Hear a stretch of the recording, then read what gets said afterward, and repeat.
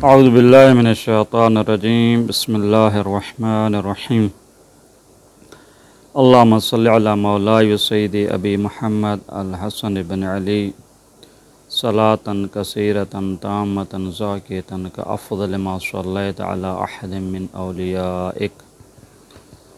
امام مجتبیٰ علیہ السلام کی جو شخصیت ہے وہ جہاں انسانیت کے لیے اس کی خدمات ہیں، انسانی اقدار کو زندہ کرنے کے لیے خدمات ہیں، وہاں مکتب اسلام کی حفاظت میں بھی ان کا اہم رول ہے۔ امام مجتبیٰ علیہ السلام جو کہ خاندان نبوی کی تربیت کا ایک اہم نمونہ ہیں، اور ایسا نمونہ جو کہ حقیقت میں کہا جائے کہ قرآن مجسم ہے، یعنی اگر آپ قرآن کی آیات کو دیکھیں تو وہاں پہ جو تعلیمات ہمیں ملتی ہیں اسی کو اگر ایک انسانی پیکر میں دیکھنا چاہیں تو وہ امام مجتبیٰ علیہ السلام ہمیں ملیں گے۔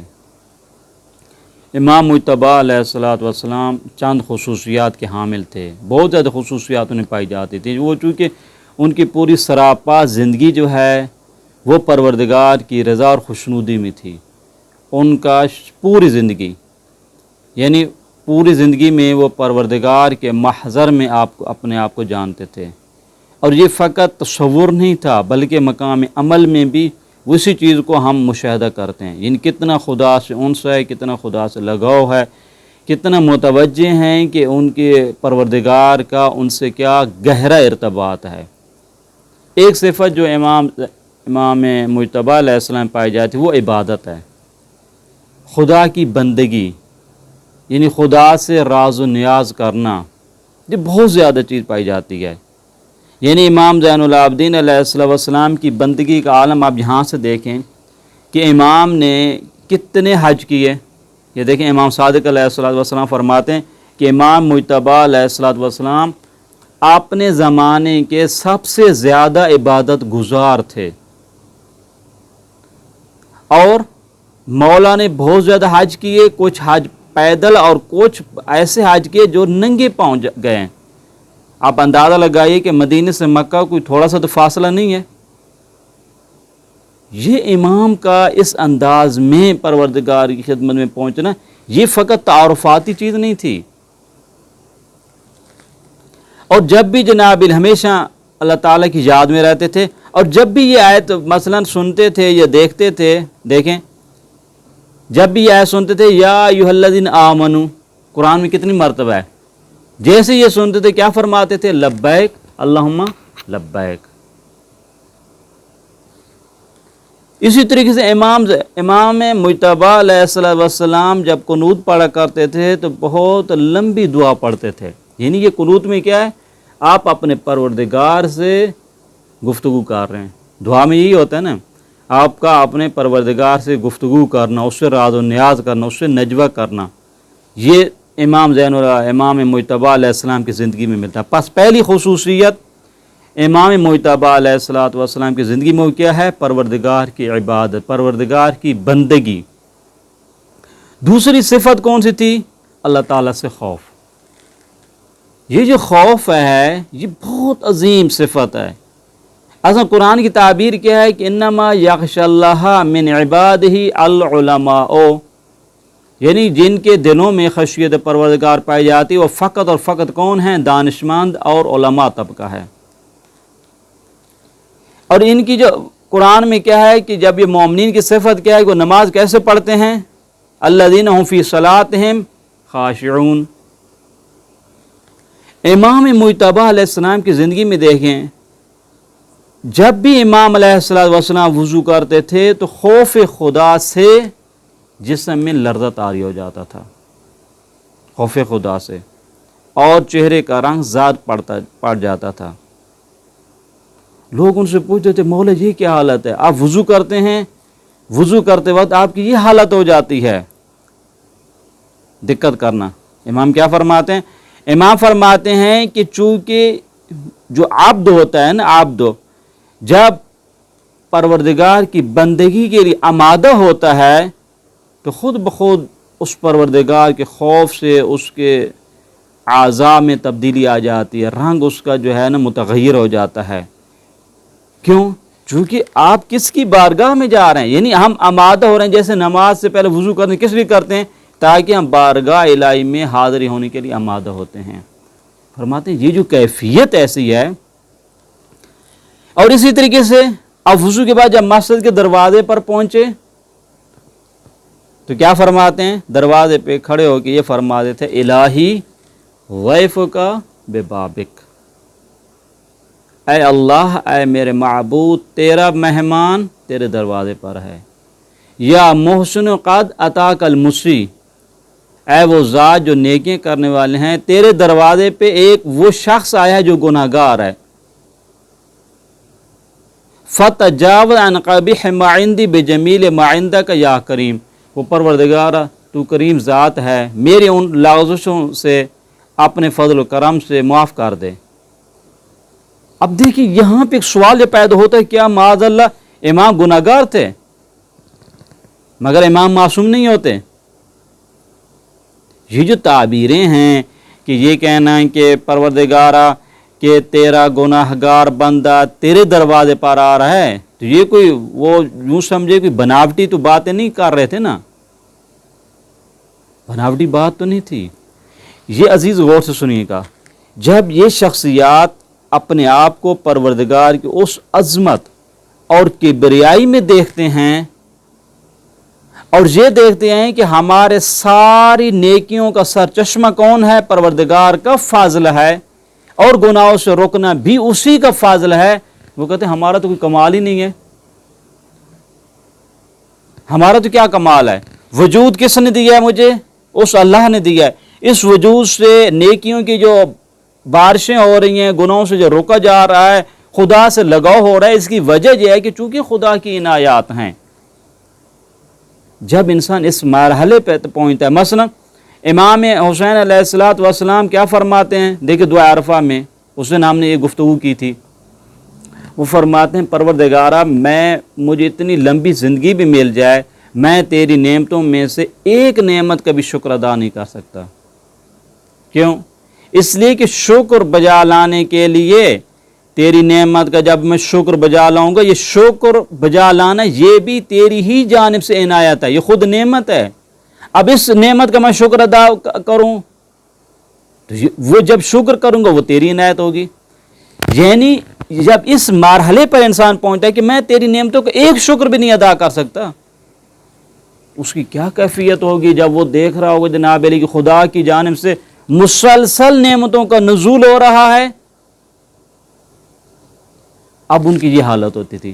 پس یہ معصوموں کی زندگی میں جو ملتا ہے کہ پروردگار سے مناجات کرتے تھے، اتنے گریہ و بکا ان کی زندگی میں پایا جاتا تھا، اس حد تک کہ بے ہوش ہو جاتے تھے۔ اس کی وجہ کیا تھی؟ ایک وجہ یہ ہے کہ وہ اپنے تمام کمالات کو اس کا سرچشمہ اور منبع خدا کی عنایت کو جانتے تھے۔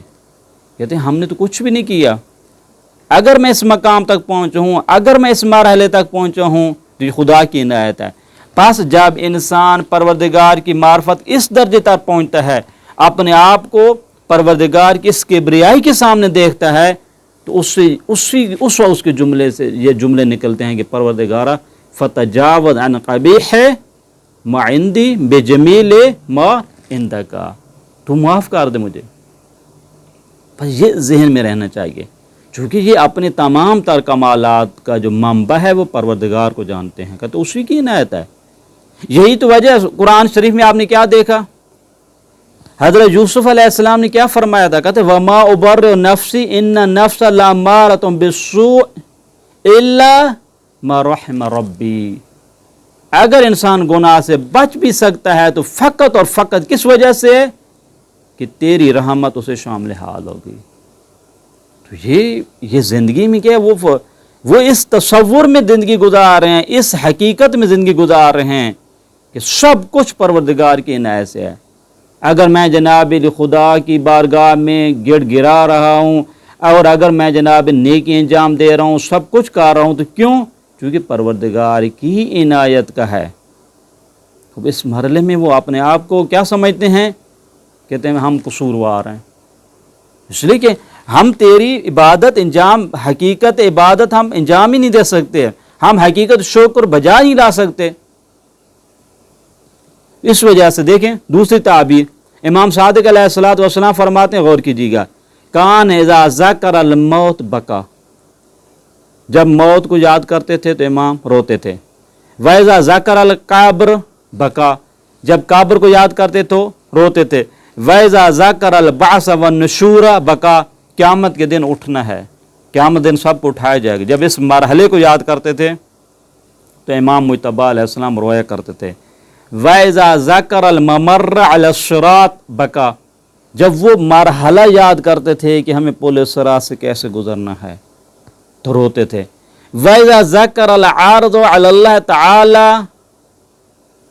تعالی ذکرُ شَحَقَ شَحْقَةً یغشی علیہا منا، دیکھیں جب وہ مرحلے پہ اس مرحلے کو دیکھتے کہ قیامت کے دن ہمیں جناب خدا کے سامنے پیش کی جائے گا، یہ وہ مرحلہ تھا۔ امام مجتبیٰ علیہ الصلوۃ والسلام امام روتے تھے، اتنا روتے تھے کہ بے ہوش ہو جاتے تھے۔ وَكَانَ إِذَا قَامَ فِي صَلَاتِهِ تَرْتَعِدُ فَرَائِصُهُ بَيْنَ يَدَيْ رَبِّهِ عَزَّ وَجَلَّ، دیکھیں جب نماز میں کھڑے ہوتے تھے حالت کیا تھی؟ چونکہ اپنے آپ کو خدا کے سامنے پاتے تھے، پورے جسم پہ لرزہ طاری ہو جاتا تھا۔ پھر فرماتے ہیں اذا ذکر الجنت والنار اضطراب السلیم، کہتے ہیں جب وہ جنت اور جہنم کو یاد کرتے تھے تو اس طریقے سے مضطرب ہو جاتے تھے، جس طریقے سے کسی انسان جب سانپ ڈس لیتا ہے تو کیسے انسان مضطرب ہوتا ہے، تڑپتا ہے۔ اور اس وقت سوال کیا کرتے تھے پروردگار سے؟ الجنت، سأل اللہ جنت وتعوذ بھی من النار، یہ سوال کر پروردگار ہمیں جنت میں جگہ عطا کرنا اور ہمیں جہنم سے محفوظ رکھنا، پناہ۔ اب جتنی دعائیں دیکھیں، میں مبارک رمضان کی دعا میں یہ دعا ملتی ہے کہ پروردگارہ کہ ہمیں جہنم سے نجات عطا کرنا۔ جہنم کیا ہے؟ غور کیجیے گا، جہنم کیا ہے؟ خداوند کریم کے غضب کا مظہر ہے۔ تو یہ وہ ہستی ہیں کہ پناہ مانگتی ہیں خداوند کریم کی ناراضگی اور اس کے غضب سے، یہ ان کی زندگی میں اور جنت کیا ہے؟ پروردگار کی عنایات کا مظہر ہے۔ تو لہذا یہ اپنے آپ کو پروردگار کی عنایات کا محتاج اور اس کے غضب سے بچنے کا تقاضا کرتے ہیں۔ یہ امام زین العابدین علیہ الصلوۃ والسلام کی زندگی میں پایا جاتا تھا۔ پس یہ چند نقطے ہیں۔ پہلا نقطہ کیا بیان کیا کہ پروردگار کی عبادت، دوسرا ہے کہ خوف خدا۔ یہ خوف خدا کی وجہ یہ نہیں ہے کہ معاذ اللہ یہ پاکیزہ ہستیاں گناہ کرتی ہیں، نہیں، یہ تو معصوم ہے بھائی۔ یہی وجہ ملتی ہے کہ پیغمبر اکرم صلی اللہ علیہ وآلہ وسلم اتنی عبادت کرتے تھے، اتنی عبادت کرتے تھے، اتنی عبادت کرتے تھے کہ کچھ لوگوں نے کہا، حتیٰ کہ بعض بیویوں نے بھی کہا کہ یا رسول اللہ آپ تو معصوم ہیں اور آپ کی اتنی عبادت، تو حضرت نے کیا فرمایا تھا کہ آپ یہ پسند نہیں کرتے ہیں کہ میں خدا کا شکر گزار بندہ بن جاؤں؟ یہاں پہ کہا الہی لا تکلنی الی نفسی طرفۃ عین ابدا، پروردگار ایک لحظے کے لیے مجھے اپنے حال پہ نہ چھوڑنا، مجھے اپنے حوالے نہ کرنا۔ یہ کیا ہے؟ یہ سراپا ارتباط خداوند ہے، خداوند کریم سے ارتباط اتنا گہرا ارتباط ہے کہ اس سے ایک لحظے کی دوری کو بھی یہ برداشت تو نہیں کرتے۔ پس یہ جو ہے دو صفتیں جو ہم نے ابھی بیان کی ہیں کہ خداوند کریم کی عبادت اور خداوند کریم سے ڈرنا، اس کی خشیت کا پایا جانا، پروردگار کی عظمت اور کبریائی کے سامنے خضوع و خشوع کا مظاہرہ کرنا، یہ ہمارے لیے بہت بڑا آئیڈیل ہے۔ جب معصوم کی یہ حالت ہے تو ہمارا کیا ہوگا؟ اب دیکھیں آگے چلتے ہیں۔ امام مجتبیٰ علیہ الصلوۃ والسلام کی زندگی میں ایک اہم صفت کیا تھی؟ وہ امام بہت ہی مہربان تھے۔ اب یہ خدا سے ارتباط تھا، خدا سے کتنا ارتباط ہے۔ اب بندوں کی بات آ جائیں، دیکھیں بندوں سے کتنے مہربان تھے۔ یہاں پہ ملتا ہے یہ ایک جگہ ایک دفعہ امام بیٹھے ہوئے تھے کہ امام کی کنیز امام کی خدمت میں آتی ہیں ایک امام کے سامنے ایک پھول کا وہ جو ہوتا ہے نا گلدستہ ہوتا ہے، فقط ایک پھول لے کے آتے ہیں. پھول کیوں لایا جاتا ہے؟ کسی کے سامنے کسی کو پھول تقدیم اس وجہ سے کرتے ہیں، محبت کا اظہار ہے. جیسے کنیز نے یہ پھول امام کی خدمت میں تقدیم کیا تو امام نے کہا کہ جاؤ بھی آپ آزاد ہو. تو کچھ لوگوں نے کہا کہ مولا یہ کیا چکر ہے، ابھی ایک پھول دینے سے آپ نے پورا آزاد کر دیا. غور کیجیے گا، یہ جملہ ذہن میں نے پہلے عرض کیا ہے کہ امام مجتبیٰ علیہ السلام کیا مجسم قرآن ہے. جب امام کی خدمت میں یہ پوچھا گیا یہ کیا مطلب ہے، ابھی ایک پھول تقدیم کرنے سے آپ نے اس کو پورا آزاد کر دیا. امام نے قرآن کی آیت پڑھی، وَإِذَا حُيِّيتُم بِتَحِيَّةٍ فَحَيُّوا بِأَحْسَنَ مِنْهَا. جب آپ کے ساتھ کوئی نیکی کرتا ہے تو آپ اس سے احسن انداز میں نیکی کا بدلہ دیں. امام فرماتے ہیں اس نے ایک پھول تقدیم کیا، اس تقدیم کا احسن انداز ہی یہی تھا کہ ہم اسے آزاد کر دیتے ہیں. اب یہاں پہ دیکھیں بہت یہ دقت کرنا، یہ بھی دوسرا واقعہ امام علیہ السلام کی زندگی میں ملتا ہے. مثلا امام جناب علی جس طریقے سے یہ قانون ذہن میں رکھیں، امام ہمیشہ مہربانی کا جواب مہربانی اور اس سے بھی بہتر انداز میں دیا کرتے تھے. تاریخ میں ملتا ہے کہ امام کا ایک جو جیسے بکرا ہوتا ہے، دمبا ہوتا ہے، بہت ہی خوبصورت دمبا تھا. غیر خوبصورت ہے اللہ تعالیٰ، تو اس سے امام کا خاص ایک لگاؤ تھا. جانور تھا، اللہ کی مخلوق ہے نا بھئی، یہ پاکیزہ ہستی اللہ کی مخلوق سے بھی لگاؤ رکھتی ہیں. فرماتے ہیں کہ امام نے دیکھا کہ ایک دن دیکھا کہ وہ جو بکرا ہے، دمبا ہے، وہ لیٹا ہوا ہے اور کراخ رہا ہے جناب، رو رہا ہے جناب، چیخیں لگا رہا ہے. کیونکہ جب تکلیف ہوتی ہے جانور کو بھی تو وہ بھی زور سے چلاتا ہے، تو زور سے چلا رہا ہے. امام نے غلام سے پوچھا بھی آخر کیا وجہ ہے؟ وہاں امام جب دیکھتے ہیں نا چلا رہا ہے تو امام پہنچتے ہیں اس کے پاس، دیکھتے ہیں اس بیچارے کا پاؤں ٹوٹا ہوا ہے. اب امام نے پوچھا غلام سے بھی یہ کیا ہوا بھی، اس بندہ خدا اس بیچارے کا پاؤں جو ہے نا یہ ٹوٹا ہوا، یہ کس نے کام کیا ہے؟ غلام نے کہا میں نے کیا ہے. بھائی غلام نے کہا کہ یہ میں نے کیا ہے. تو امام نے کہا یہ کیوں کیا ابھی، اس بیچارے نے آپ کے ساتھ کیا کیا تھا؟ غور کیجیے گا. وہ غلام کہتا ہے کہ میں نے اس لیے کیا تاکہ آپ کو ناراض کروں، کیونکہ آپ کو اس گسواندہ دمبے سے خاص لگاؤ ہے، تو آپ کو تکلیف پہنچانے کے لیے، ناراض کرنے کے لیے میں نے یہ کیا. امام اسی ٹائم ہنسنے لگے، ہنستے ہوئے کہتے ہیں کہ جناب علی کہ ہم آپ کو آزاد کرتے ہیں. انہوں نے کہا آپ نے ہمیں ناراض کیا نا، ناراض کے بدلے ہم آپ کو کیا کرتے ہیں؟ خوشنود کرتے ہیں. خوشنود کیسے ہوں گے؟ انہیں آزاد کر دیا. دقت کرنا. تیسرا نکتہ، امام مجتبیٰ علیہ السلام کھانا کھا رہے تھے، وہاں پہ کیا دیکھتے ہیں کہ ایک کتا آتا ہے، تو کتا امام کے سامنے کھڑا ہو جاتا ہے. اب امام کیا کرتے ہیں؟ ہم لوگ کیا کرتے ہیں؟ کتے کو بھگاتے ہیں یا اس کو عزت احترام سے بٹھا دیتے ہیں؟ بھگا دیتے ہیں ابھی. اب امام علیہ السلام کیا کرتے تھے؟ ایک لقمہ خود کھاتے تھے اور ایک لقمہ کتے کے آگے ڈالتے تھے، ایک خود ایک کتے کے آگے. اب کسی نے پوچھا ہے کہ اے فرزند رسول، اے آپ اجازت دیتے ہیں کیا کتے کو بھگا دیں؟ بھائی مزاحمت ایجاد کر رہا ہے نا. اب ایک لقمہ خود کھاتے ہیں، ایک اسے دیتے ہیں، ایک خود کھاتے ہیں، ایک اسے دیتے ہیں. امام نے کیا فرمایا؟ یہ عبارت پہ غور کرنا. امام فرماتے ہیں دعہو، چھوڑیے، یہ آپ کیا کہہ رہے ہو؟ انی لاستحیی من اللہ عز وجل ان یکون ذو روح ینظر فی وجہی وانا آکل ثم لا اطعمہ. اور کیجیے گا، کہتے ہیں چھوڑیے، مجھے اللہ تعالیٰ سے حیا آتی ہے کہ اس کی ایک مخلوق مجھے دیکھ رہی ہو اور میں کھا رہا ہوں اور اسے نہ کھلاؤں. یہ نہیں ہو سکتا.